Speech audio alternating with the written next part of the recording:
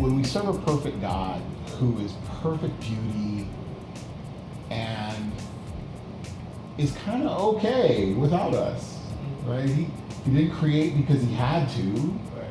This was the ultimate free will decision to create human beings. That dignity that human being was made with it's tied so deeply into our identity. And one of the big lies of the world is that, you have dignity if you work hard enough, or you have dignity if you're smart enough. I love the way Frederick Douglass put it. Something about the oasis of faith and reverence in the dusty desert of money and smartness. This desert of money and smartness, that if you're just rich enough and clever enough, that you have dignity. And frankly, I'm not that rich and I'm not that clever. And so I'm constantly, and if even if I achieve something, there's always somebody who's richer and cleverer. Right. And I'm on this climb. But if there's something innate about you that's reflective of the most divine, the most beautiful, that we can find in our neighbors this great, tremendous beauty, that even in their poverty and their disability, we can still find infinite value in them and delight in them. This, I think, is what the Bible's trying to teach us about how we're supposed to behave towards people who aren't in the faith. Right. I think that people aren't used to that. And there's almost a sense that it's fake, that it's not genuine. Yeah. I think, sometimes it can come off as fake because we jump in too heavy, right? It's like, I'm going to accept everything you do is right, just because I don't want you to think I'm trying to be offensive and force my values on you. So we jump in with all of this on our back, and so it comes into too heavy. Before we enter into that space of connection or relationship with another person, we start with their value as a human being. So they are a person, they are just as simple as I am, and now you have a level playing field. So they're gonna have flaws like you have flaws, they're gonna have some sort of gifts, some sort of beauty, some sort of intellect. They're gonna have good things and some bad things, and you're also coming into that relationship with good things and some bad things. And how you enter into that relationship is, hi, my name is, again, we don't come into relationships, hi, my name is X, Y, and Z, and I'm a Christian, how are you? Right? But that's how our actions seem. We jump so far in, I have to wear my cross on my back. And there's actually nothing there. Right, and then the other extreme is that you don't talk about your Christianity at all like it's a thing. Right. Oh God, just don't tell them you're Christian, whatever you do. Right. And then I see somebody like Cornel West who,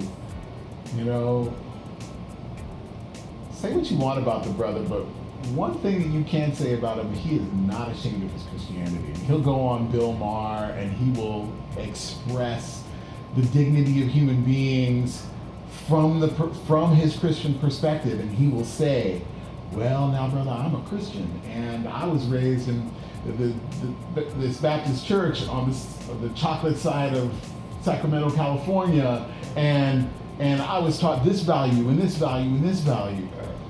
We never want to be the guy who's just always going to frown a little bit at you on the inside, right, while on the outside being uber nice, aggressively nice, as they say in sales, right? Always feels like you're an inch away from somebody trying to sell you something. Yeah, so that approach of, I'm gonna be so nice to you that you're gonna find me attractive, and then I'm gonna spring it on you. This aggressive, aggressive like salesman's approach to Christianity, right? I think we want to avoid that. Again, like genuine connection. You like coffee? Oh, I like coffee too. What kind? Like I like dark roast, no sugar. What about you? Like there has to be some line of connection to where genuine conversation can happen, and Christianity, what it looks like to be Christian in real life, can come up, can be like that line can be reached, right? It's difficult for some people to get into that conversation without it seeming pushy or without it seeming sneaky. And so how do you do that? And for me, my approach has always been, what are the things that you're interested in? Yeah. I am never good at small talk. I mean, okay, a little bit, right? But mainly because I don't like it. What I'm concerned about is how can we work together to make life better for both of us? An example, right? Here we are. We're in Philadelphia. We're in a certain part of town where the trash pickup works. Right? There's not like a ton of trash laying around here. But North Philly doesn't look like this. Right. North Philly has a structure problem. And if I were living there, I would be a little mad about it. And I'd be like, why do my children have to walk past trash every single day? It's not like we don't have some structure there in place. So if I'm going to care about you living in North Philly,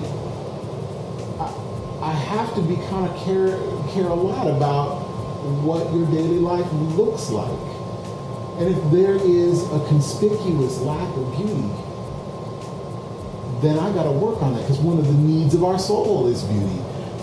And that comes from my Christian perspective. I don't want you to go and call someplace home that isn't beautiful, even if you're poor. It's a basic human need. So I kind of want to get past a little bit the, hey, how you doing? Oh, you like coffee, I like coffee. Okay, great. That's great. It's good. It's good to have those sort of surface things that we have in common. But that's only a beginning. What do I really want to get to? The basic needs of your humanity. When Jesus sent out the 70, he said, go to a city, knock on a door, offer them your peace, and if a person of peace is there, it will rest upon you. And then he said, eat what is set before you, heal their sick, and proclaim that the kingdom has come near them. But wait a minute. What are those three things? Eat what's set before you.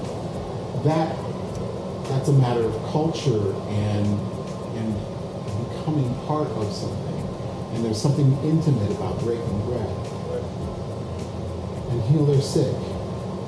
But look, they're going to have needs. They're going to have needs that you can attend to.